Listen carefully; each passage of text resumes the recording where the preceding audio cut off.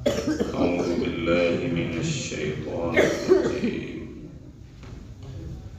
بسم الله الرحمن الرحيم. ألف لام ميم. ذلك الكتاب لا ريب فيه هدى للمتقين الذين يؤمنون بالغيب ويقيمون الصلاة ومما رزقناهم ينفقون والذين يؤمنون بما أنزل إليك وما أنزل من قبلك وبالآخرة هم يوقنون.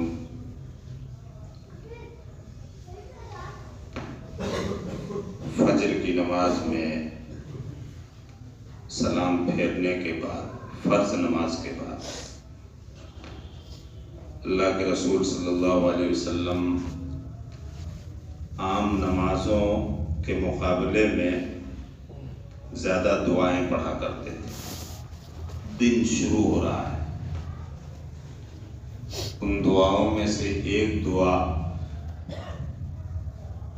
یہ ہوا کرتی تھی: اللہم انی اسألک علما نافعا ورزقا طیبا وعملا متقبلا.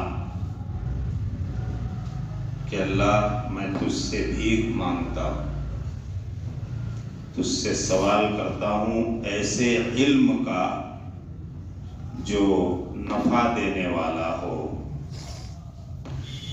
اس دور کے مسلمانوں کے لیے بڑی عبرت کی بات ہے. نبیوں کو علم سکھانے والے فرشتے کے ذریعے براہ راست اللہ تعالیٰ ہے. پھر بھی آپ کو فکر کیا ہے علم صحیح کی. نفع دینے والا علم کیا ہے؟ ایسا علم جو تیری فرما برداری کرنے پر آمادہ کر دے مجھ کو. اور ایک آپ کی عام دعاؤں میں سے ایک دعا ہے جس میں آتا اللہم انی اعوذ بک من علم لا ینفع. اے اللہ میں تیری پناہ چاہتا ہوں ایسے علم سے جو نفع نہ دے. ہم مسلمانوں کے پاس اس دور میں جو علم ہے تھوڑا موڑا دین کا علم، وہ غور کر سکتے ہیں کیا ہم لوگوں کو نفع حاصل ہو رہا ہے؟ رمضان کے لیے جو بھائی لوگ مسجدوں میں آتے ہیں وہ بھاگنے میں بڑی تیزی دکھاتے ہیں مسجد سے. علم نافع کیسے حاصل ہوگا؟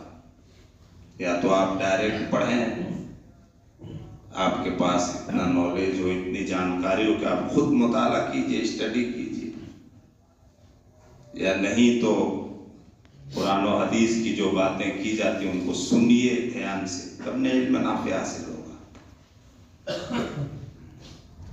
تجھ سے سوال کرتا ہوں ایسے علم کا جو نفع دینے والا، ورزقا طیبا، اور حلال اور پاکیزہ روزی کا تجھ سے سوال کرتا ہوں. صبح صبح اللہ سے حلال اور پاکیزہ روزی مانگی. وعملا متقبلا، اور ایسے عمل اور نیکی کا سوال کرتا ہوں جو تیرے نزدیک قابل قبول. نبی بھی اس کی فکر کریں کہ ہماری نیکی قبول ہو.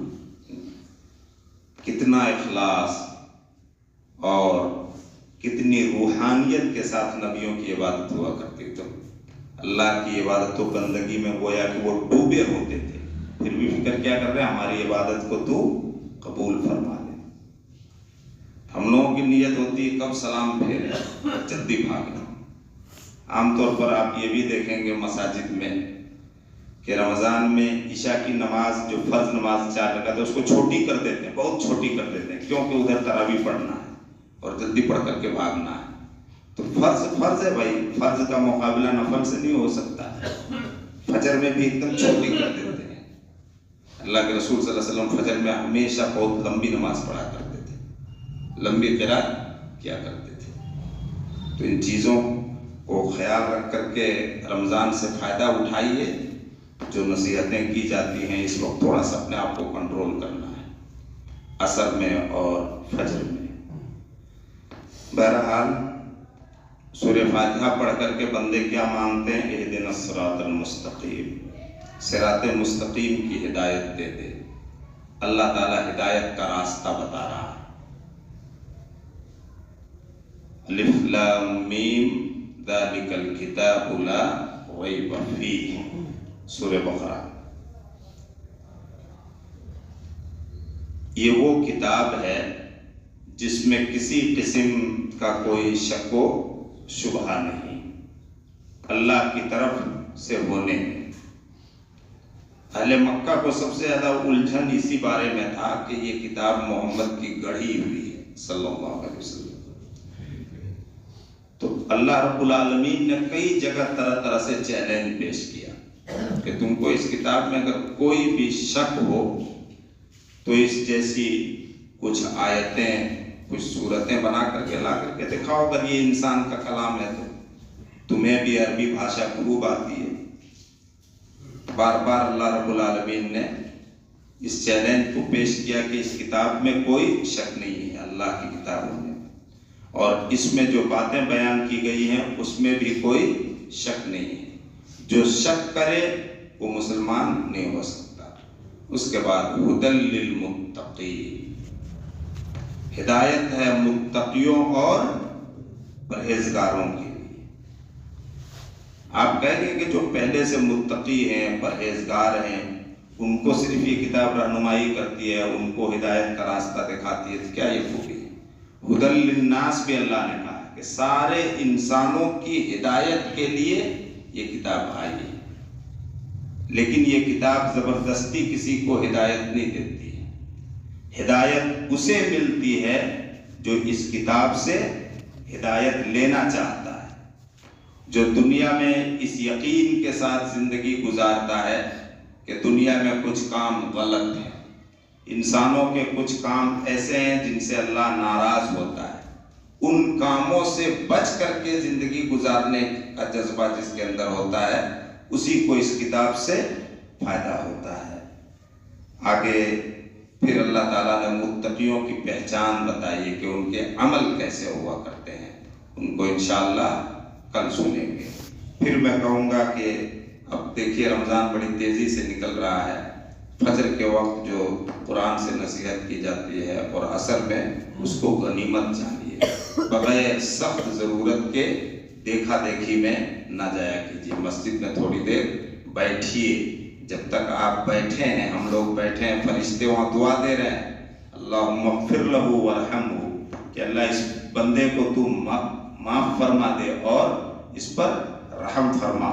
تو فرشتے سے دعا لیجئے، اللہ تعالی ہم سب کے لیے آسانی فرمائے اور عمل کی توفیق دے۔